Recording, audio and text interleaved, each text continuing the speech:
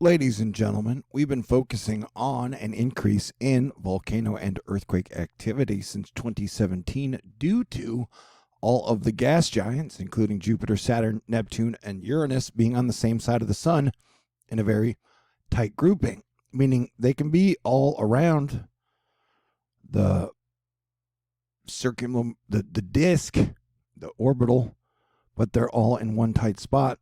And then if you want to add Pluto as some super heavy neutron star, dark star, whatever you want to call Pluto, Pluto's weird. No matter what, I think Pluto's weird.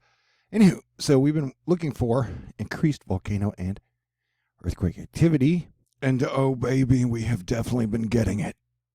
You see, since February and March, 3 volcanoes have been taking a lot of the press. When I say press, I mean the few people on YouTube who talk about volcanoes and earthquakes. And 3 separate countries have released lava and been continuing to release lava, including Fagrad al-Shfal volcano in Iceland, Mount Etna in Italy, and Pacaya in Guatemala. I think you've got over 100 volcanoes popping off at some point on Earth, but we've seen Pacaya dish out pyroclastic flow, which is like a gray mud that is sort of like lava that heats up to like 1500 degrees. Anywho. But so yeah, we're continuing to watch as earthquake activity has been up as well. And it's like there's a calm before the storm as the weather has dropped to null over like the USA. And so we've just had a 6.6 earthquake east of the South Sandwich Islands, and this is on a crack. I always know when it's on a crack. And it was 10 kilometers deep. But there is no tsunami warning. So that is good news. And then you got a 5 here in Colombia. And then we had a 4.3 in Nevada. And then like a 4.6 and a 4.4 off of California, the coast, also on the crack. And then you've been getting quite a bit of smaller activity in Puerto Rico. And you've had some of the volcanoes down here in St. Vincent gassing out. And here you can almost see a straight line through Bing Bang Boom that way, if you want to draw straight lines. I don't know, it's up to you. And even when there's no major weather, I can find things that I can get obsessed with. Kind of like this thing that is sitting in the middle of the Atlantic Ocean. It made me have a thought. I had me a thought. I already said that, but now I'm going to share it with you. All right, so I was thinking, you know how we have like a little star at the core of our planet? Well, what if there formed a hole here from like an earthquake or whatever, and so the water started to drain to the core and then just started to steam out, evaporating the water? That'd be horrible. Anyway, this giant, see the white here? That is the giant high pressure system, and the blue is the low pressure.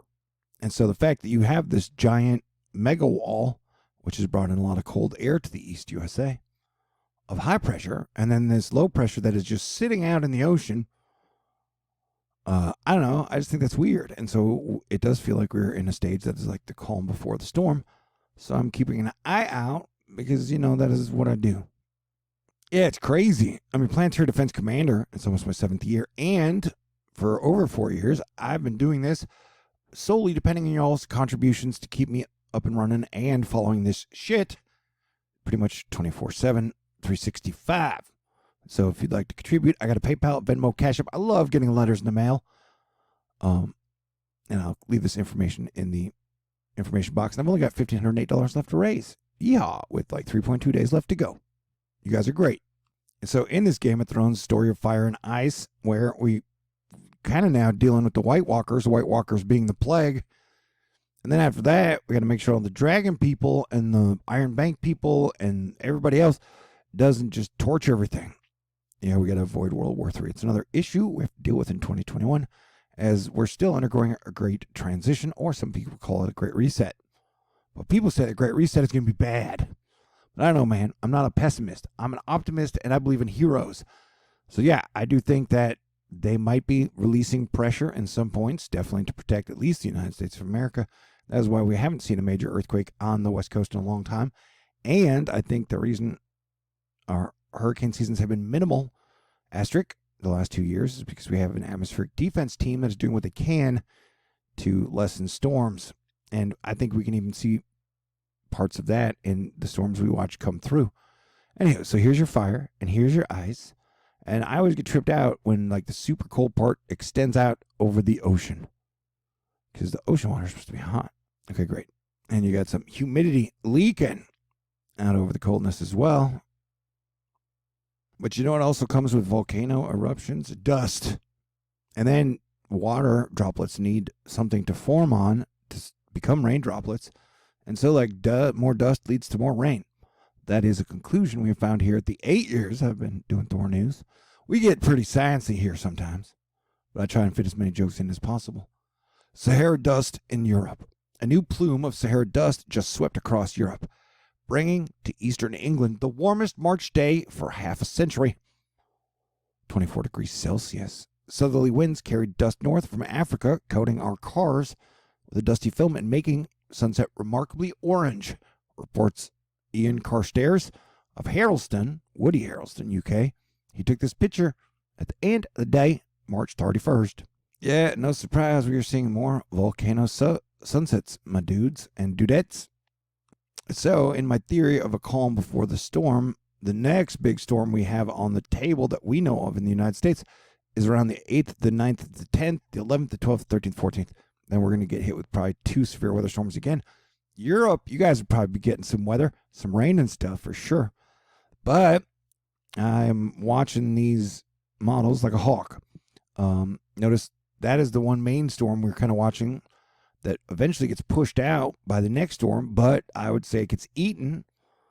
It becomes one giant megastorm, and a lot of that rain ends up in Europe. But notice how like that area still has a low just kind of rotating over it. So that is very, very, very weird that you just have one low sitting out there for 2 weeks rotating. I mean, it says it eventually evaporates in like 15 days. But we will have to see. But either way, we should keep an eye out because it has been volcano-y, it has been earthquakey. It's just been flat out weird, man. Every day, every second, we move a little further into the future. But that is a giant rain band. Okay? Yeah, so we probably won't have any more big storms in the USA until like the 8th.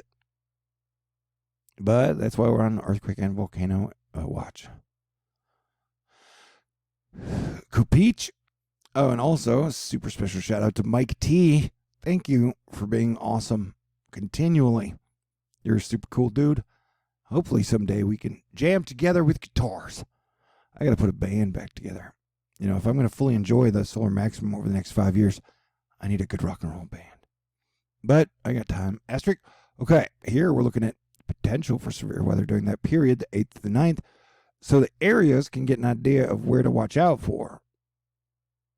I don't know, if you got fun friends or a fun significant other, if there's a chance of tornadoes hitting your house, why not take a trip south 100 miles, 50 miles? Rent a romantic hotel room. Asterisk. What's it talking about? I'm just saying, I don't want to lose any more people. They say we lost over 200 people in that storm in Texas a month ago now that over 200 people died. That's a high total, and I gave a 3-week advanced warning on it and definitely was detailing the problem that would come with it for 2 weeks out. So to lose 200 Texans in that storm still pisses me off, and I wonder what I could have done better. Man, if only YouTube would cooperate with me. For some reason, I'm still stuck at like 50,000 subscribers, as I have been for the last 5 years. And it's very hard for me to even break 1,000 views. It's like YouTube doesn't want my decent information to get out there. It's like they like putting out misinformation or crap. I don't know. Like angry people who like to get people angry on Good Friday. I'm extremely grateful. I'm extremely humble. I'm extremely thankful. And notice that one just keeps retrograding back. I don't know, because Jesus Christ, my hero, he's always been my superhero. My King of Kings. And so I hope you have a good Friday, an excellent Saturday, and a super Sunday. Happy Resurrection Day, and everybody stay cool. And I'm super humble, grateful, and blessed that you guys have allowed me to be your planetary defense commander, that you've continued to support me, and I hope you will continue to do so. If you'd like to contribute, I got like I said, snail mail, PayPal, Venmo, CashApp. Only $1,508 left to raise, 3.2 days left. And somehow even a bonus, because it'll be my 7-year as planetary defense commander on the 23rd. And I need to get a new laptop. Anyway, I'm just saying, I think I've done a good job as Planetary Defense Commander. Yeah, definitely we need to work on being cool, staying cool, and avoiding World War III. It seems like there are a lot of hot spots and superpowers that are feeling each other out, for lack of a better term. Okay, stay cool. I still have faith things will get better over the next 5 years due to the solar maximum. And us just being grateful that we will no longer be being locked down by a plague and a virus. That we get to go out and see our friends, our family, go to events again, hopefully over the next few months. And I want to have a big 4th of July freedom party. All right, everybody stay cool. Talk to you soon. Peace out. God bless everyone. May the force be with you always. Let us live long and prosper together, and peace is the way to go.